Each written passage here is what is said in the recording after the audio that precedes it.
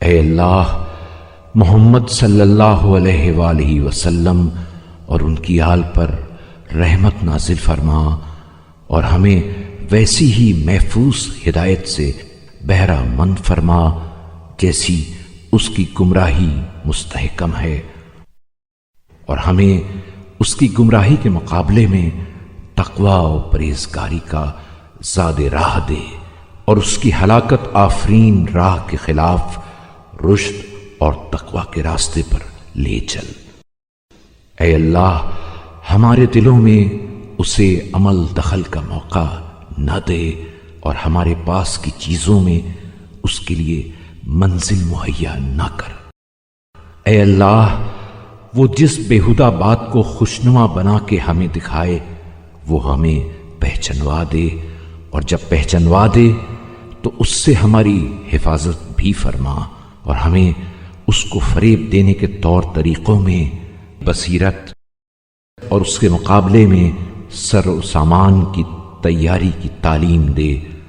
اور اس خواب غفلت سے جو اس کی طرف جھکاؤ کا باعث ہو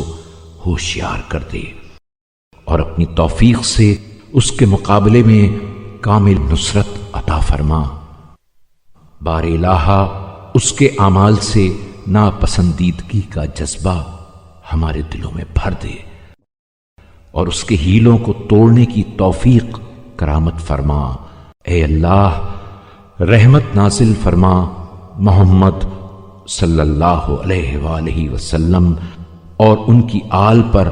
اور شیطان مردود کے تسلط کو ہم سے ہٹا دے، اور اس کی امیدیں ہم سے قطع کر دے، اور ہمیں گمراہ کرنے کی حرص و آز سے اسے دور کر دے۔ اے اللہ، محمد صلی اللہ علیہ وآلہ وسلم اور ان کی آل پر رحمت نازل فرما، اور ہمارے باپ داداؤں، ہماری ماؤں، ہماری اولادوں، ہمارے قبیلے والوں، عزیزوں، رشتہ داروں